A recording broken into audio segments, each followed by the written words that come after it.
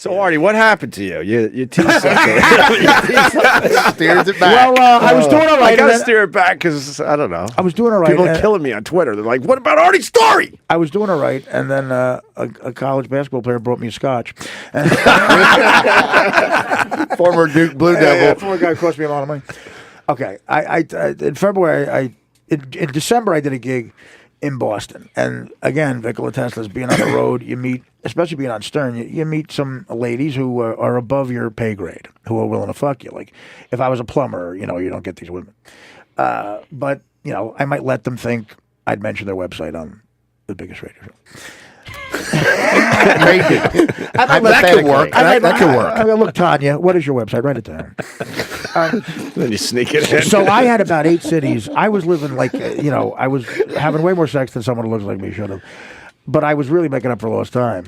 In about 8 cities, I had chicks who would meet me in hotels, and I'd get them a room at the hotel, and I would just go do the gig, and I didn't have to deal with anybody. And I'd go, and I'd say, let me get that website down, and I'll make sure I mention it, and then I'd fuck her. I'd give her the worst 4 seconds of her life. And then go back to my room and watch SportsCenter. You're talking about the greatest life ever. So I've been good for a long time, for a few years, and in February, in December of last year, I do a gig in Boston. And one of those girls, a beautiful girl, with like a Boston accent, like a Southie accent, sound like Donnie Wahlberg. And those, to me, that's sexy. That she sound like Donnie Wahlberg? She was like, "Come on, rip your cock off." Fucking Southie. The accents up there, man. So hot. Yeah. Real tits. Oh, you really like the accent? With I thought you were being sarcastic. Yeah, I no, hate I the love accents it. up in Boston. It's not no like, offense, but I loved Boston, but not the. It's not like a strap on. Yeah. She shows up.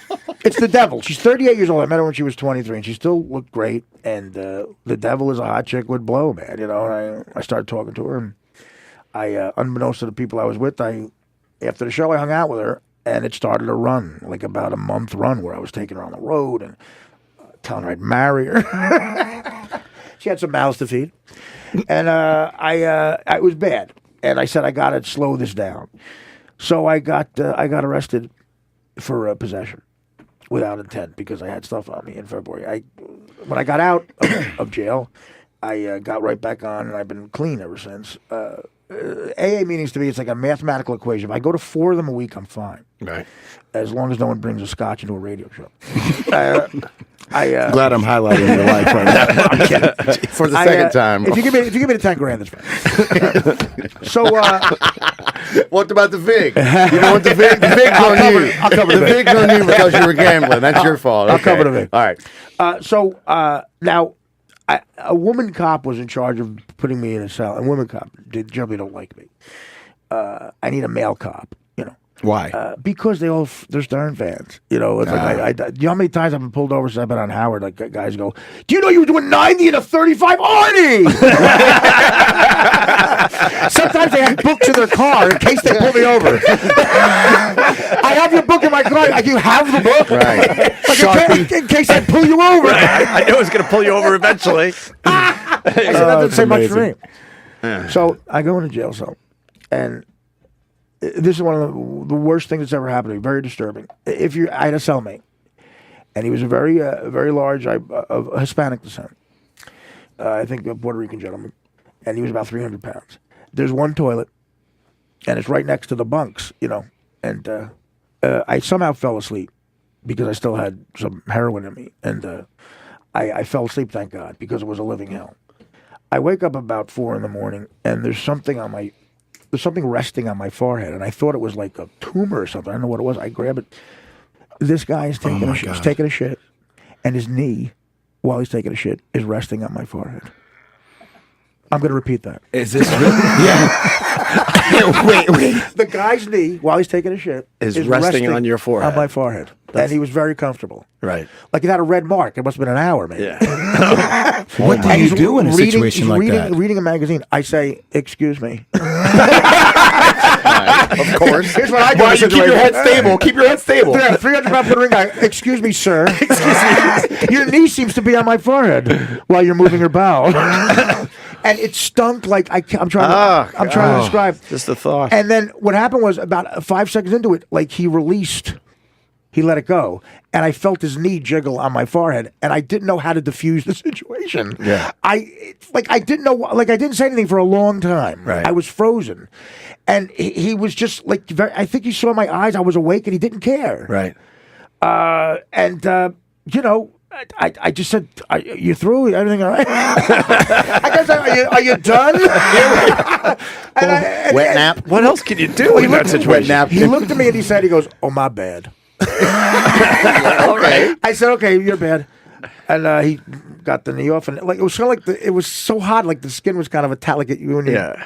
Like it peeled off my forehead. God. Yeah, so we had another 4 hours in the cell, and I said, you're done. It's not like you know the runs, do you? But it was the casual attitude that he had of like he saw I woke up and he just because he had a lot of he was looking at 15 years, and sometimes you give up at some point. Some people think jail is not a deterrent. Oh my God, I've been there. It's a massive deterrent. Yeah. I was in LA County for a month and a half in 1996, and I showered in between a blood and a crip who were mad at each other. I was never so happy to be fat and ugly in my fucking life. I don't want Blair. I look like Blair Underwood. So I don't know how people say jail's not a deterrent. Were you scared that he was going to beat you up or something? No, because I was being very polite. Right. I always wanted to say, I was like, you want me to turn around? Right, You need a colder spot, like the cooler side of the pillow? Artie, let me ask you a question. So if you're in between the blood and the crip, which one do you face? Or which one are you afraid? I look straight ahead. Just don't pay attention to anybody? But I said, yeah, I showered 3 times in a month and a half because it's optional sometimes. Right. And so I wouldn't go in there. But the guy finally said, look, you got to shower. I said, are people complaining about me? Do I stink too fucking much? Why do you really have to shower in jail? Yeah. The guy next to me in the cell next to me was there for 9 years waiting murder trial. And he taught me how to make a pussy out of a piece of toilet paper. Good. Then. You take the cardboard out and you put it in damp, warm water, and you fuck the thing. Right. Oh, that's all it is. That's all it is. I thought it was some kind of exquisite equation. He said I could have figured that out. He said the word lukewarm. God. How do you work lukewarm? And then, but he said to me, he goes, Artie, you will never go back to real pussy. I beg to differ, my friend. I had this exactly. I said, what pussy are you getting? I had this exact conversation with the guy. Let me make sure I got it straight in my head. Yeah, okay, this is what he says. He goes, it don't bitch. It don't complain. It don't spend your fucking money. It don't fuck your friend. I go, she fucks your friend? I go, yeah, man. Why do you think I'm in here? I go, did you kill her? He goes, no. I go, well, why? He goes, because I killed my friend. Ouch. I said, dude, you're screaming this. The guards can hear it. I said, I better not be called to testify. Right. I didn't hear that. Did he admit to killing his friend? That's the exact conversation I had. Do you laugh?